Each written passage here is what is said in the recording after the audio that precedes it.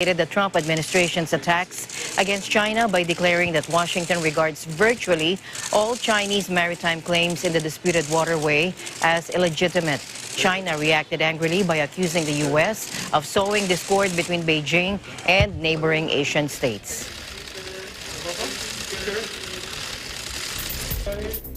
Tokyo and Beijing pledged cooperation on trade and defense Tuesday, but locked horns on disputed islands as China's foreign minister visited Japan for the first time since the coronavirus pandemic began. The two countries had been working to improve historically tense relations before the pandemic erupted, and China's President Xi Jinping had been expected for a state visit in the spring. Watch this. また両国間の懸案事項についても議論を行いました。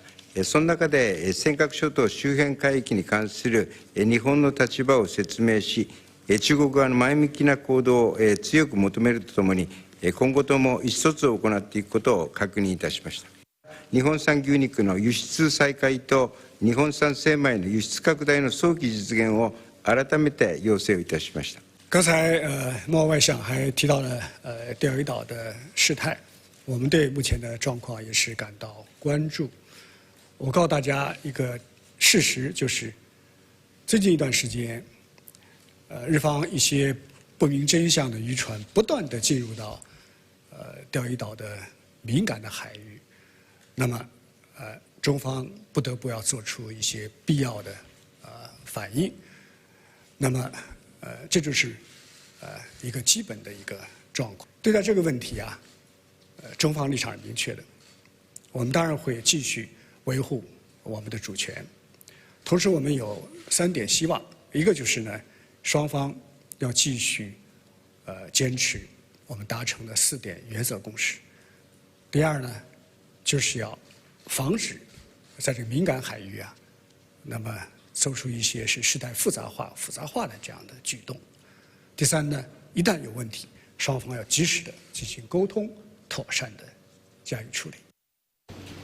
The rhetoric from the ministers was otherwise largely warm, with pledges to cooperate on trade, particularly after this month's signing of the RCEP, a massive agreement that groups 15 Asia-Pacific countries, including Japan and China. They said also they would work together on tackling the coronavirus, with plans to allow business travel to resume between the two countries. There was no mention of whether Xi's visit was back on the agenda.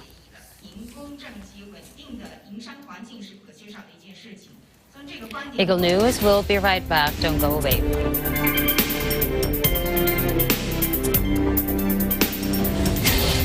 This portion is brought to you by Canreef Corporation, your ventilation and air conditioning specialist. Services offered: supply and installation of elevators, escalators, air conditioners, ventilators, jet towel hand dryers, generators, access control system, factory automation and modernization.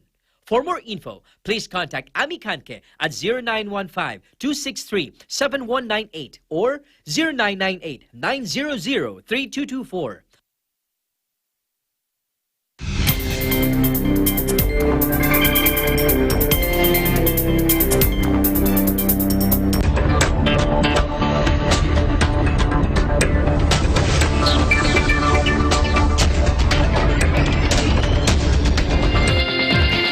Airline revenues this year will plunge by 60% as a result of the coronavirus pandemic, which threatens the survival of the industry. That is according to the International Air Transport Association. IATA said the COVID-19 crisis threatens the survival of the air transport industry, with 2020 likely to go down in history as its worst year ever. It added that while airlines have been slashing costs by $1 billion a day, grounding fleets and cutting jobs, they're still backing up huge and unprecedented losses. Compared with 2019, this year's revenues are now expected at around $328 billion. IATA, which groups 290 airlines, said at its annual Congress in Paris.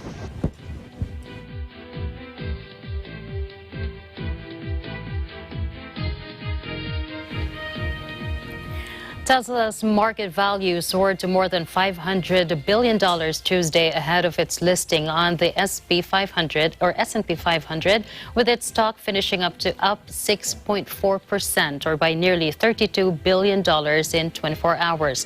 That gave it a valuation of $526 billion, a rise of more than 560% since the start of the year, and means founder Elon Musk, who owns 18% of the company, earned $100 billion in the same period.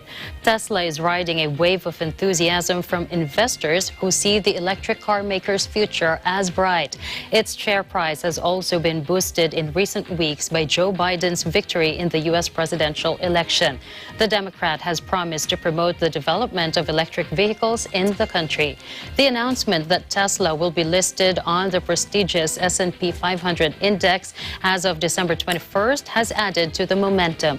Tesla produces far fewer cars than traditional manufacturers, but is clearly favored by markets. Giants General Motors and Ford are worth only $66.5 billion and $37.5 billion, respectively, on the stock exchange. Musk said Tuesday that he plans to build the world's largest battery cell factory at the group's electric car plant near Berlin. On Monday, he became the second richest person in the world, overtaking Microsoft founder Bill Gates with a fortune of $128 billion, though Amazon's boss Jeff Bezos remains in the lead, according to a Bloomberg ranking.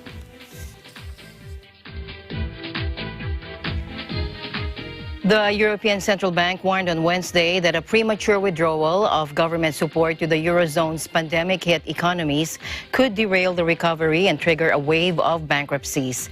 An abrupt end to the measures could result in a more severe economic contraction than during the first wave of the pandemic, the ECB said in its twice-yearly financial stability report.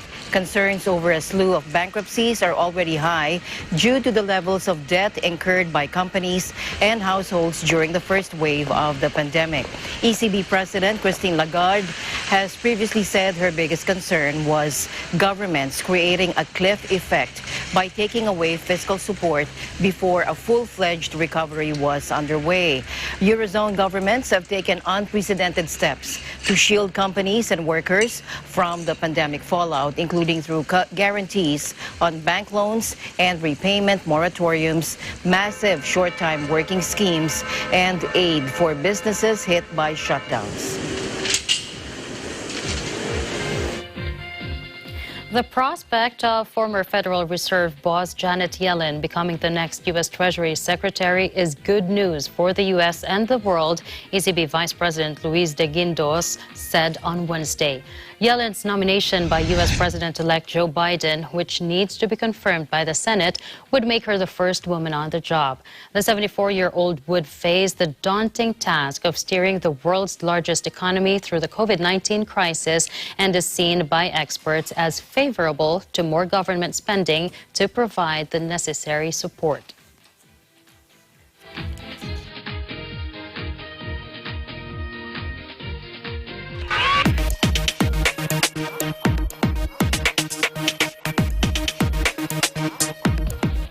During an online event streamed from its Silicon Valley headquarters, Apple unveiled its new Mac computers, including the MacBook Air, MacBook Pro, and the Mac Mini, powered by a new chip called M1, which was designed in-house. Take a look. Advancements of this magnitude only come from making bold changes. The M1 chip is by far the most powerful chip that we have ever created. It makes these Macs dramatically faster, provides all new capabilities with extraordinary battery life, and enables the Mac to run more software than ever. Today, the Mac is stronger than ever.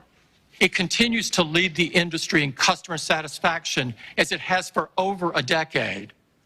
And more customers than ever are choosing the Mac.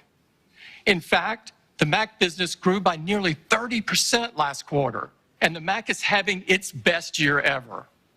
Altogether, the 8-core CPU in M1 is by far the highest performance CPU we've ever created. And more importantly, it delivers this performance at the lowest possible power. In fact, the M1 CPU leads the industry by delivering the world's best CPU performance per watt. And when you compare MacBook Air to the best-selling Windows laptop in its class, the new Air is up to 3 times faster. And what's even more amazing is that with M1, MacBook Air is faster than 98% of PC laptops sold in the last year. More simplicity, efficiency, and amazing performance. M1 also features our unified memory architecture, or UMA. And finally, in the news, the Church of Christ in the United Kingdom donates to local food banks. We have Ashley Espiritu reporting on that. Ashley?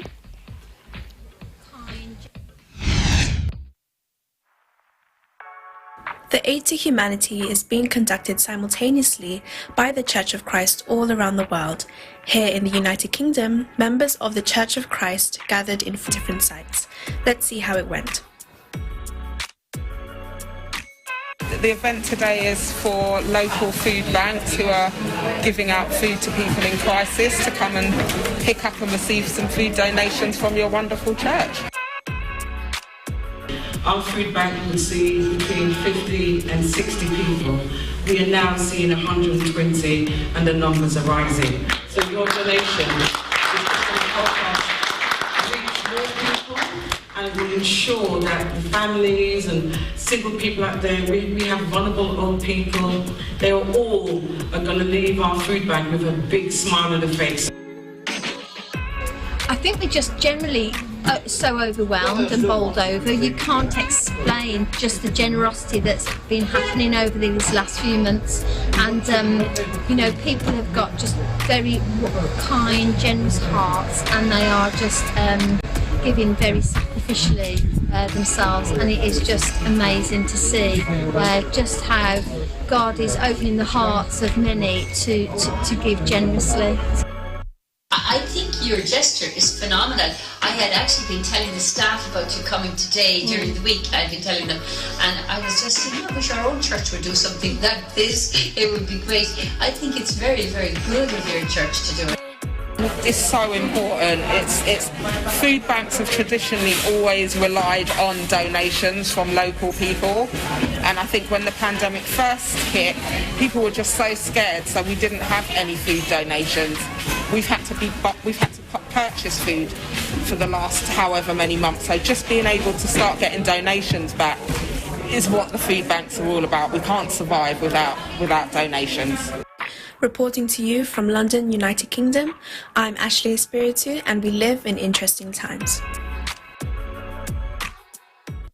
Thank you so much, Ashley. And that's it for tonight's broadcast. Thank you so much for joining us. I am CJ Hero. We'll see you again tomorrow. We'll see you back tomorrow. And at the end of the day, as I always say, there remains so much more to be grateful for. I'm Alma Angeles, and we live in interesting times.